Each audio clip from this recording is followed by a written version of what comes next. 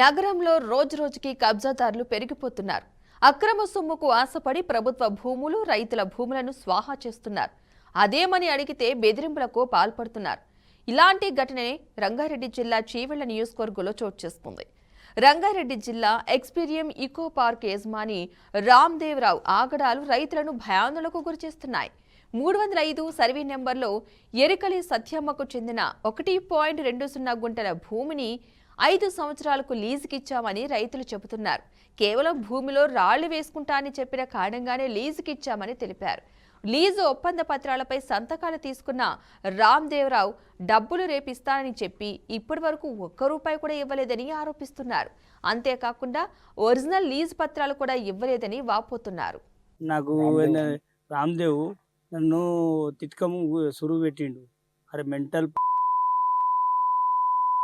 నువ్వు ఏం మాట్లాడుతున్నావు, నువ్వు ఏమి కూడా పీకపోరానా, మన గుంతలకు అయితే రారా నీ పని చేస్తాడని అన్నాడు సార్. నేను చేయలేని చిన్నోని, నేను రేఖ డాక్టర్ దున్ను బతుకుతాను. నేను డాక్టర్ కష్టపడకుండా నేను ₹1, ₹2 బతుకుతున్నా సార్. నేను వాళ్ళకి ఆ దొబ్బేసిరు ఎవరు వాచ్మెన్. వాచ్మెన్ లో కూడా కొట్టుమంట కూడా చెప్పింది సార్. వాచ్మెన్ కొట్టుమంట కూడా చెప్పింది సార్. కొట్టుమంట కూడా చెప్పి దొబ్బిరు కూడా. ఇదే భూమిలో కూడా కొట్లాట అయింది ఆయన నాకు సార్. ఆయన మీరు గుర్తుకొస్తుంటే నేను చెప్పు తీసుకొని ఒకటి కొట్టడానికి పోయాను. 5 సంవత్సరాల లీజు అని చెప్పి తమకు తెలియకుండా 99 సంవత్సరాలకు రాసుకున్నాడని బాధితులు ఆరోపిస్తున్నారు. డబ్బులు అడగడానికి వెళ్తే బండబూతులు తిడుతూ గన్తో బెదిరిస్తున్నాడని, పార్కులకు వెళితే సెక్యూరిటీలతో కొట్టిస్తున్నాడని తెలిపారు. తాము బీద రైతులమని, వ్యవసాయం చేసుకుంటూ జీవనం సాగించేవారమని, ఇప్పుడు భూమి లేక డ్రైవింగ్ పనులు చేసుకుంటూ బ్రతుకుతున్నామని కన్నీటి పర్యాంతమయ్యారు.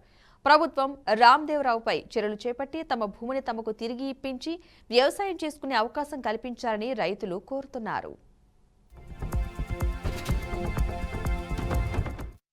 లీజుకు అంటే ఇచ్చిన చింత చెట్లు ఉన్నాయి, 2 చింత చెట్లు, జీడి చెట్లు అన్నీ వేకేసిండు. వేప చెట్లు కూడా కట్టజాలపడి మస్తు ఉన్నాయి. అవి ఏమనకండి, నీవు అడుగుతున్నావు కదా సారు, బొమ్మలు చెక్కుంటా అంటున్నావు, నీకు 5 ఏళ్ళ వరకే ఇస్తాము అట అన్నాక ఇక మాకు పైసలు ఏమీ లేదు, రేపు రాపో అటన్నా అంటే సరే అన్న. వస్తే మా మీకు గన్ను ఏమన్నది అంటున్నా వచ్చింది అంటాను. అప్పుడు పెట్టలేరు గుంట. మళ్ళీ నాడు వచ్చిన తెలంగాణ గుంట మొత్తమే వేయలేదని పోలీసు వాళ్ళకి చెప్పి, మరి పోలీసు వాళ్ళతో ఆ కాగితము చెల్లని కాగితము ఎక్కడ దొరికితే అక్కడ గీసి పంపించేసే అది తెలుస్తుందా సార్? పోలీసు అయినా ఎక్కడితో మాట్లాడుతున్నాడు పోమా అంటే నీళ్ళ కొట్టిండ్రు. మోకలి పులేరు శంకరపల్లికి తీసుకుపోయినా అందరికి వెళ్ళి వాడి వచ్చిండు. శంకరపల్లి ప్లేస్ కూడా పట్టించిన గుంత ఊడిపి ఇవ్వాలి బాగా. మేము పంట పెట్టుకుంటాం, దారి కూడా పంట పెట్టిపిస్తా. ఇదే గుంతల పడి చచ్చిపోతాం. మాకు పిల్లలు కన్నా కష్టాలు చేసుకొని బతుకుతున్నారు. మాకు భూమి లేదు, అంత గొద్దుకున్నాడు.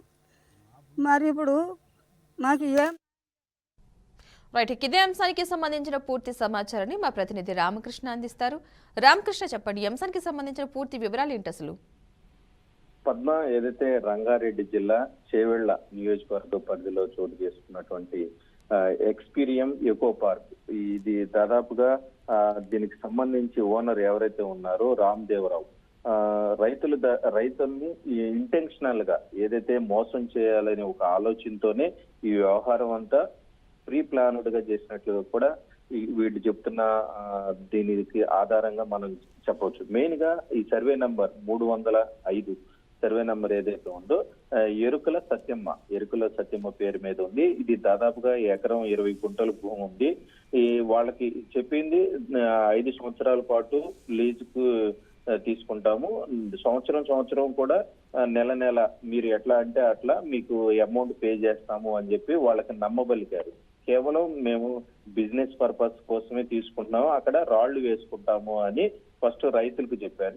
వీళ్ళు కూడా ఖాళీగానే ఉంటుంది కదా, మనకి ఎంతో కొంత అమౌంట్ వస్తాయి అన్న ఉద్దేశంతోనే వాళ్ళు ఎకరం 20 గుంటలు భూమిని రాళ్లు వేసుకోవడానికి వాళ్ళకి ఇచ్చారు. మొత్తం మీద చూసుకుంటే ఈ రామ్దేవరావు ఎవరైతే ఎకో పార్క్ సంబంధించి యజమాని ఉన్నాడో తన కొంత వీళ్ళకన్నా కూడా కొంత సమాజంలో పేరున్నటువంటి వ్యక్తి.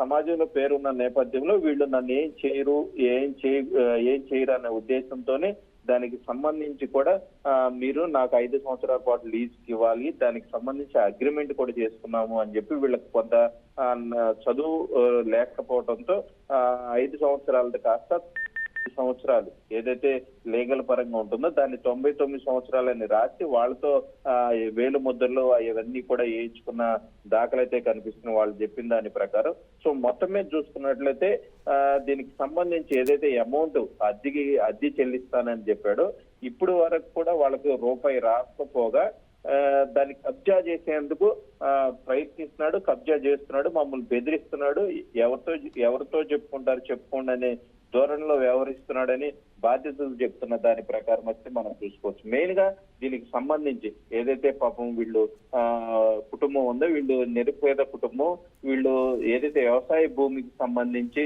ఆ వ్యవసాయ భూమి మీద ఆధారపడి బతుకుతున్నారు. వాళ్ళకి ఇచ్చిన తర్వాత, లీజుకి ఇచ్చిన తర్వాత కూడా వాళ్ళు అక్కడ బతకడానికి వేరే ఆధారం లేక డ్రైవింగ్ చేసుకుంటూ కూడా బతికే పరిస్థితి అయితే ఉంది. దీనికి సంబంధించి కూడా వాళ్ళు ఒకటే చెప్తున్నారు, రైతులుగా మేము ఎన్ని ట్రయల్ చేసినా కానీ మాకు ఈ భూమిని ఎవరు ఇప్పించట్లేదు, ఖచ్చితంగా భూ కబ్జాలపై కఠిన చర్యలు తీసుకోకపోతే ఇలాంటి ఘటన మరింత పెరిగే ప్రమాదం ఉందని అక్కడ ఉన్నటువంటి రైతులు హెచ్చరిస్తున్నారు. ఈ వ్యవహారంలో ఖచ్చితంగా ప్రభుత్వం, రెవెన్యూ అధికారులు, పోలీసులు స్పందించి న్యాయం చేయాలని బాధ్యతలు అయితే చెప్తున్న పరిస్థితి మనం చూసాం. Padma. Right, thank you Ramakrishna.